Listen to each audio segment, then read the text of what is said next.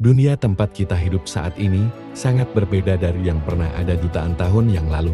Dari zaman dinosaurus yang raksasa hingga mamalia besar seperti mamut berbulu, banyak spesies telah datang dan pergi, meninggalkan jejak fosil di bumi sebagai satu-satunya saksi bisu dari keberadaan mereka. Ketika spesies punah, tidak hanya hewan atau tumbuhan itu yang hilang, tetapi juga rantai ekologi yang kompleks di sekitar mereka yang berubah selamanya. Namun, seiring berkembangnya teknologi dan ilmu pengetahuan, manusia mulai bertanya-tanya, apakah mungkin untuk membangkitkan spesies yang telah punah? Pertanyaan ini, yang sebelumnya hanya menjadi bahan fiksi ilmiah, kini mulai memasuki ranah kemungkinan ilmiah. Ide tentang de-extinction atau kebangkitan spesies punah telah menjadi topik hangat dalam dunia bioteknologi dan genetika yang didorong oleh kemajuan luar biasa dalam pengeditan gen, teknologi cloning, dan analisis DNA. Bayangkan dunia di mana kita bisa melihat kembali hewan-hewan yang hilang dari muka bumi ribuan atau jutaan tahun lalu. Mungkinkah kita suatu hari melihat mamut berbulu berkeliaran di tundra Siberia? Atau mungkin harimau Tasmania yang kembali berlari di hutan-hutan Australia? Ini adalah bayangan yang imajinatif, tetapi sekaligus menimbulkan pertanyaan-pertanyaan etis dan ilmiah yang mendalam. Membangkitkan spesies yang punah bukanlah tugas sederhana. Proses ini melibatkan penguraian DNA yang telah terdegradasi selama ribuan tahun, menemukan organisme yang cocok untuk menjadi ibu pengganti, serta mengatasi masalah lingkungan dan etika yang menyertai usaha semacam ini. Sementara beberapa ilmuwan optimis bahwa kebangkitan spesies yang telah punah dapat membuka era baru dalam konservasi dan ekologi, ada juga mereka yang berpendapat bahwa usaha ini mungkin membawa lebih banyak risiko daripada manfaat.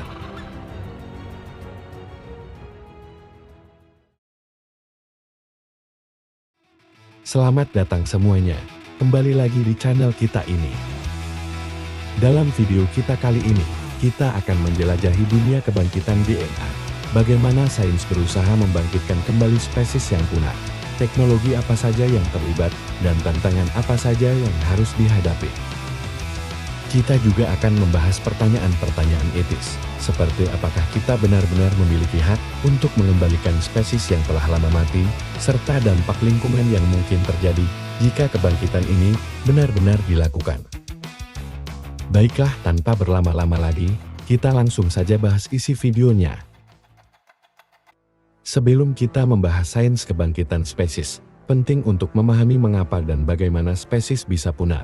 Kepunahan adalah proses alami dalam evolusi, di mana spesies tidak lagi mampu beradaptasi dengan perubahan lingkungan atau menghadapi kompetisi dengan spesies lain. Namun, tidak semua kepunahan terjadi secara bertahap.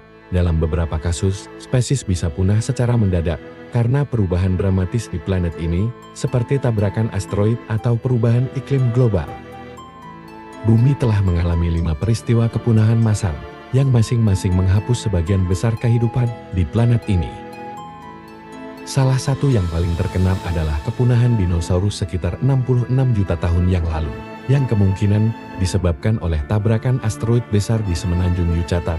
Kepunahan massal lain yang terkenal terjadi 250 juta tahun lalu pada akhir periode Permian, yang memusnahkan lebih dari 90% spesies laut dan darat. Namun, kepunahan tidak selalu disebabkan oleh bencana alam besar. Aktivitas manusia juga telah menjadi penyebab utama dalam kepunahan spesies selama beberapa abad terakhir. Deforestasi, perburuan, perubahan iklim buatan manusia, dan perusakan habitat telah mengancam banyak spesies di seluruh dunia.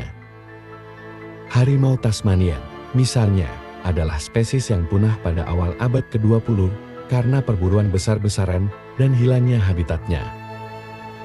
Seiring waktu, banyak spesies telah hilang dan meninggalkan dampak besar dalam ekosistem alami kita. Dalam upaya untuk memulihkan keseimbangan ini, beberapa ilmuwan sekarang berusaha menggunakan teknologi untuk membalikkan proses kepunahan dan membawa kembali spesies yang hilang. Untuk membangkitkan spesies yang telah punah, para ilmuwan harus mengandalkan teknologi genetika yang sangat canggih, khususnya dalam bidang rekayasa DNA dan cloning. Ada 3 pendekatan utama dalam kebangkitan spesies: cloning langsung, rekayasa genetika, dan hibridisasi. Teknologi cloning berusaha untuk mereplikasi DNA dari spesimen yang telah punah dan menciptakan individu baru melalui penggandaan genetik. Ini pertama kali dicoba pada domba Dolly pada tahun 1996, hewan pertama yang dikloning dari sel dewasa. Namun, cloning spesies yang punah jauh lebih rumit karena kondisi DNA yang terdegradasi seiring waktu. Ketika spesies punah, DNA mereka cenderung rusak dan terfragmentasi, membuat pengumpulan seluruh informasi genetik menjadi tantangan besar. Salah satu proyek cloning yang terkenal adalah upaya untuk membangkitkan Pyrenean ibex, sejenis kambing gunung yang punah pada tahun 2000. Pada tahun 2003, ilmuwan berhasil mengkloning Pyrenean ibex menggunakan DNA yang diawetkan, meskipun klon ini hanya hidup selama beberapa menit. Percobaan tersebut merupakan tonggak penting dalam kebangkitan spesies punah. Kemajuan terbesar dalam kebangkitan spesies mungkin datang dari teknologi CRISPR, alat pengeditan gen yang memungkinkan ilmuwan untuk secara spesifik memodifikasi DNA dengan menggunakan DNA dari spesies yang masih hidup dan memasukkan urutan genetik dari spesies yang punah. Para peneliti dapat menciptakan organisme yang mendekati spesies yang punah. Misalnya, pada upaya untuk membangkitkan mamut berbulu, para ilmuwan telah mengidentifikasi gen dari mamut yang dapat dimasukkan ke dalam DNA gajah Asia, kerabat terdekat mamut.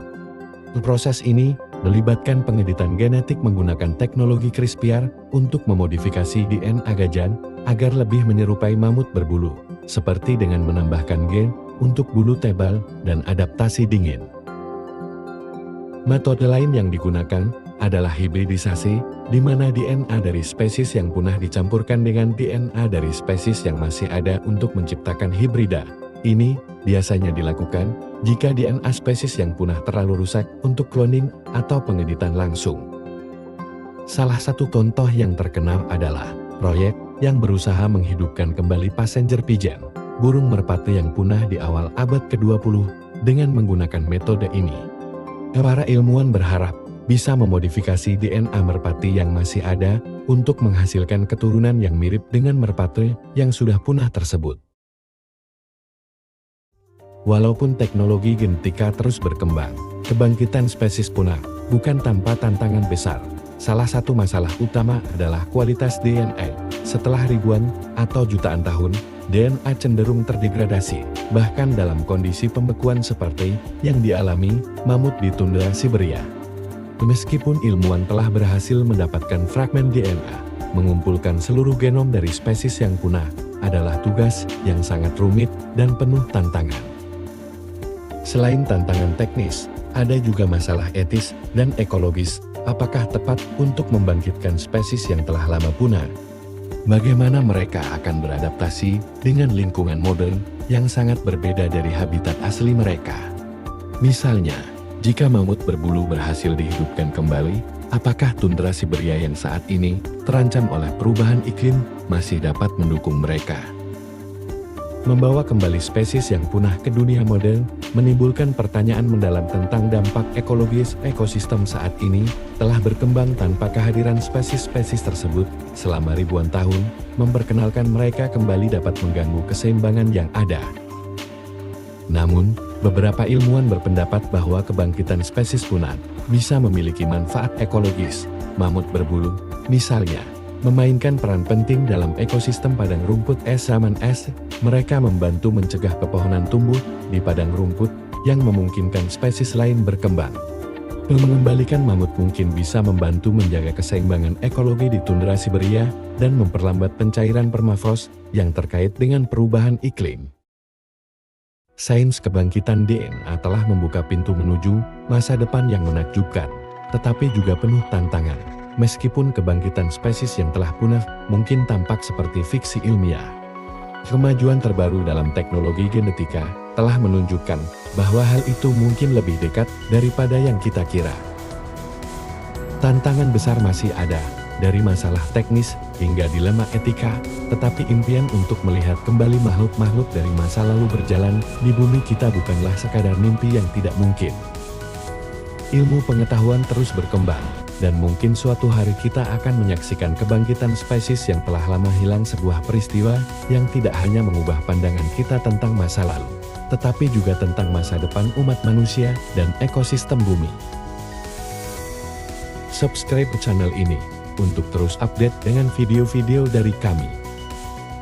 Komen di bawah jika kalian punya saran tentang topik apa yang ingin dibahas di video selanjutnya. Atau jika kalian ingin menambahkan sesuatu. Like jika kalian suka dengan video ini. Dan terus dukung channel ini dengan cara share video-video dari kami.